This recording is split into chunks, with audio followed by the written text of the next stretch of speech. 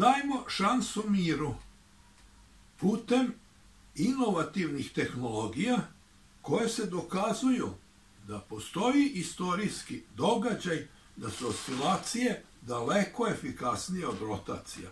Ako imamo jeftinu energiju, izobilje jeftine energije, ne mora se ratovati zbog energetskih izvora koji su ograničeni ili nekih drugih resursa koje putem jeftine energije možemo dobiti na daleko prihvatljiviji način.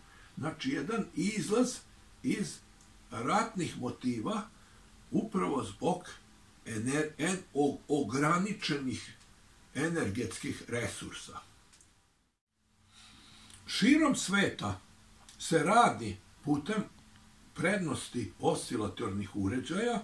Ja sam svima zahvalan na tome, a i ovdje se radi na poboljšanjima da se može dobiti jeftinija električna energija koja je najkvalitetnija, a od električne energije možemo dobiti sve ostalo.